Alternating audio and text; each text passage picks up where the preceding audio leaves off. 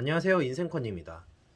오늘 마통론이라고 한번 들어보셨는지 모르겠어요. 그 마이너스 통장으로 혼수를 한 다음에 여성 측에서 그 빚을 결혼한 후에 남편 돈으로 갚는 걸 의미하는데요. 보통 이 마통론이라고 하면은 전업주부뿐만 아니라 그냥 일반적으로 뭐 직장인으로 다니고 있으면서 월급을 받은 사람도 사실 여기에 포함되는 경우가 많습니다. 저는 변호사인데 뭐 이혼 소송을 수없이 하고 있지만 결론부터 말씀드리면 마통론은 진실이에요. 변호사는 이혼 소송을 하게 되면요, 상대방의 카드 사용 내역이나 계좌 입금 내역 같은 거를 금융거래 정보 제출 명령 등을 통해서 보게 되거든요. 주로 이제 뭐 양육비 산정이라던가 상대방의 사치를 입증한다거나 이러기 위해서 이 자료들을 보게 되는데, 결혼 초기 그 관련 소비 내역을 보다 보면은 그 사람의 대략적인 소비 습관을 파악할 수가 있게 돼요. 마통론이라는 이런 상황은 왜 벌어지는가, 그리고 이런 일을 안 당하려면 어떻게 해야 되는가, 남자 입장에서 좀 한번 말씀드려 보려고 합니다. 사실 마통론이라는 거는 기본적으로 첫 번째 왜 일어나냐면, 여자가 이제 20대 때 돈을 못 모아서 그래요.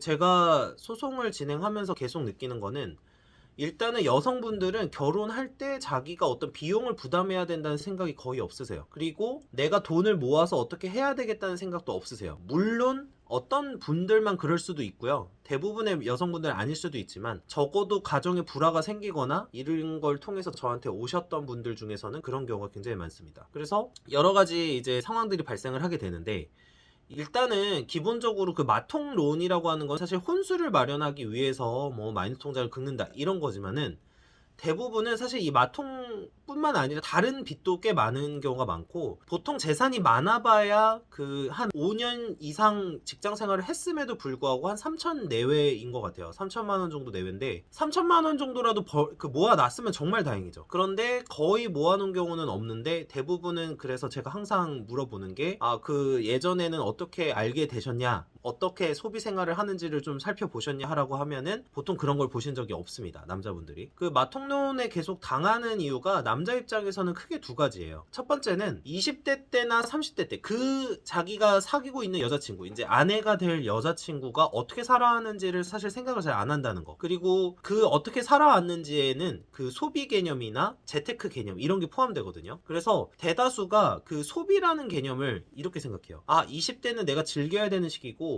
내 인생의 황금 같은 시기이기 때문에 나는 내가 할 수 있는 경험이나 노는 걸 다 하겠다, 이런 식으로 생각을 합니다. 근데 여기서 남자분들이 이 얘기에 정말 속아가지고 넘어가시는 분이 굉장히 많은데, 그렇게 20대를 살다가 30대 때 갑자기 근검절약을 하면서 살 수 있는 걸까요, 인간이? 사실 그렇게는 어렵거든요.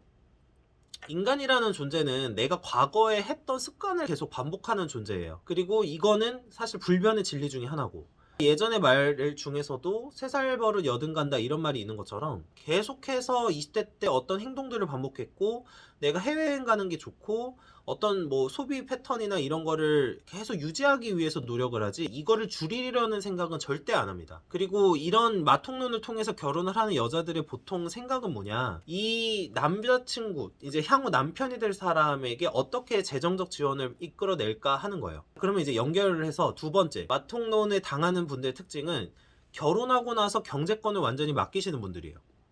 사실 경제권을 맡기지 않고 생활비를 각출해서 사용을 하게 되면은, 자기가 빚이 얼마고 이런 거를 모를 수도 있지만 그 사람이 빚을 지면은 적어도 내 돈으로 갚지는 않죠. 물론 이건 있습니다. 생활비 통장을 예를 들면 뭐 완전히 아내한테 일임한다거나 그 카드를 준다거나 했을 때 이 돈을 가지고 갚을 수는 있는데, 이러면은 이제 금방 이제 그 좀 체크만 해보면 티가 나니까 이런 건 확인을 해볼 수가 있겠죠. 근데 대부분 이제 남자분들이 여성분들한테 그 경제권을 넘겨주면서 이런 상황이 발생을 하는 거예요. 그리고 제 경험상으로는 대체적으로는 남성분들도 물론 게임이나 뭐 관심, 뭐 시계에 관심 있으신 분들도 있고 차에 관심 있으신 분들도 있지만, 대처적인 소비 수준은 여성분들이 높은 게 사실입니다. 그래서 제가 왜 그런가 생각해봤던 거는, 아까 첫 번째 이유인 계속해서 소비하는 습관이 들어있다라는 거였어요. 그 소비하는 습관이라는 게 진짜 무서운 게, 자기가 그 소비하는 수준에서 조금만 떨어져도 굉장히 인간은 큰 불행감을 느끼고, 거기서 올라간다고 해서 그거에 비례하게끔 큰 행복감을 느끼느냐, 그렇지는 않아요. 그것도 많이 비싼 거를 샀을 때 일시적으로 느끼는 행복감이지, 그 엄청난 행복감이 지속적으로 계속되지 않기 때문에 계속해서 그 수준의 소비, 그 이상의 소비를 바라게 되는 게 인간이거든요.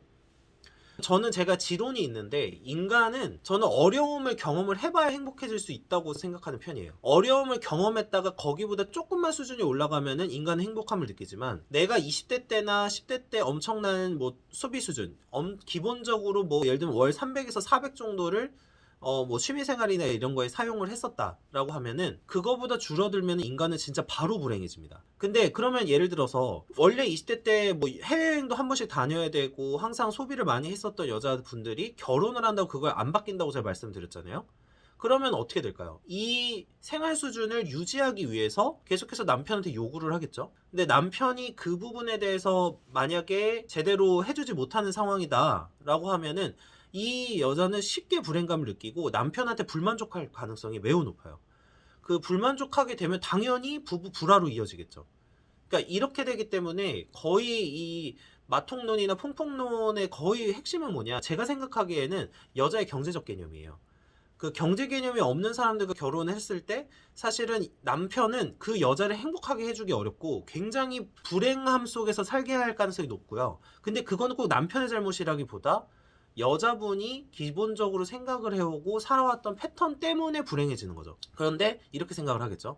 자기는 뭐 결혼을 했는데 예전보다 생활 수준이 떨어집니다. 그러면 인간은 불행함을 느끼고 그 불행을 누구의 탓으로 돌리게 되는데, 그게 보통은 남편이에요. 그래서 그런 식으로 해서 불화가 시작이 되고, 이렇게 하다 보니까 사실 이제 저한테 이혼 소송까지 하러 오시게 되는 분들이 생각보다 많거든요. 그래서 제가 보통 이런 분들을 좀 조언을 할 때, 특히 그 이제 미혼이신 분들한테 그냥 농담 삼아서 이제 이런 뭐 마통론이나 이런 풍풍론에 사실 벗어나기 위해서 제가 항상 말씀드리는 부분들이 있어요. 일단 첫 번째, 연애를 하실 때 좀 그 사람의 생활 습관 위주로 좀 지켜보셨으면 좋겠어요. 그 사람의 말을 믿지 마시고 생활 습관을 지켜보십시오. 제가 항상 말씀드리는 건데, 생활 습관은 거짓말을 못해요. 자기가 말은 거짓말을 할 수 있습니다. 예를 들어서 제가 20대 때 뭐 돈을 왜 못 모았냐 이렇게 물어봤더니, 뭐 부모님 이렇게 드리느라 못 모았어 이런 식으로 얘기하는 거, 저는 거의 그냥 한 90% 거짓말입니다. 90% 거짓말이고, 대부분은 어떤 거냐면 그냥 소비 때문에 못 모은 거예요.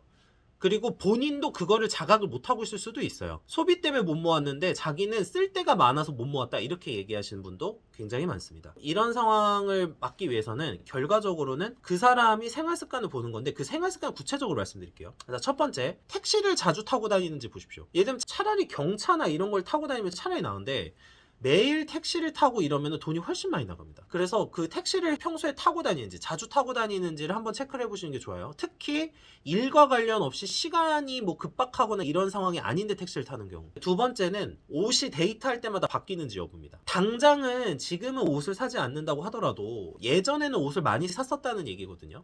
자, 이렇게 되면은 그 남자분들이 생각보다 여자분들 옷값을 잘 모르시는 분이 많은데, 중저가 쇼핑몰이나 이런 데서만 사시면 모르겠지만 대부분 백화점에서 옷을 산다 이렇게 가정을 하면은, 기본적인 여자 옷값이 아무리 거기서 브랜드 중에 안 좋은 브랜드여도 2-30만 원이 넘고, 당연히 어느 정도 이름 있는 브랜드다고 하면 그 옷이 100만 원이 넘습니다. 근데 그 옷이 계속해서 바뀐다? 이러면은 사실은 그 옷값이 나중에 결혼하시면은 여러분이 부담하시게 될 거예요. 그 다음에 이제 세 번째로는, 평소에 예를 들면 커피라든지 그 기본적인 기호식품, 그리고 술, 이런 부분들에 대해서 돈 쓰시는 거를 보시는 건데, 예를 들어서 그 커피도 예를 들면 항상 스타벅스 커피를 마셔야 된다라든지 이런 것들이 있으면은, 그거를 원래 그 여자분이 소득이 높으면 상관이 없고 조금 그나마 자주 마시지 않으면 상관이 없지만, 매일 한 잔씩 스타벅스 커피를 마시는 분들이 얼마나 쓸지 생각을 해보신 적 있나요? 거의 없으실 거예요. 실제적으로 계산하면 그냥 아메리카노만 시켜도 그냥 6,000원이라고 가정하면은 매일 먹는 30일 먹으면 18만 원이에요. 매달 18만 원이 그냥 나갑니다.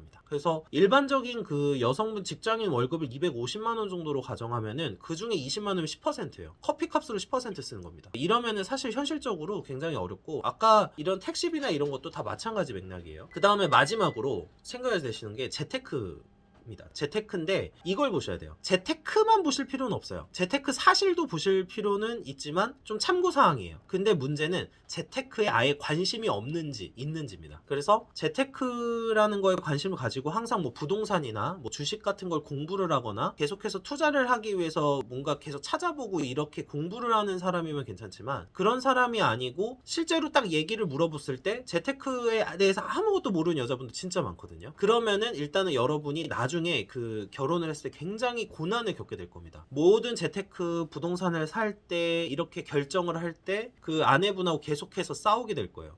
그래서 이렇게 되면은 기본적으로 그 향후 저축에 대해서 감각이 없기 때문에 반대로 생각하면 뭐가 되는 거냐면요. 소비를 많이 하고 있다는 개념이 되는 겁니다. 보통 이제 저축만 하고 계신 분들도 있지만 보통 재테크를 하기 위해서 저축을 하시는 분들이 조금 더 돈을 많이 모으시더라고요. 그런데 그런 거를 안 하시게 되면은 대부분은 뭘 하고 있는 거다? 대부분은 소비를 하고 있는 쪽에 생각이 집중돼 있을 가능성이 높다라는 거예요. 그래서 이제 그 정도를 무조건 확인을 해보시고 당연히 여행이나 뭐 인스타그램을 통해서 그 사람이 뭘 했고 맛집을 다니고 이런 거는 확인해 보시면 충분히 아시니까 체크를 해보시되 제가 항상 말씀드리는 게 기본적 소비 그러니까 매주 매달 나가는 소비를 항상 한번 체크를 해보시면은 좀 더 좀 그 현명하고 좋은 여자분을 만날 수 있지 않을까 생각이 좀 듭니다.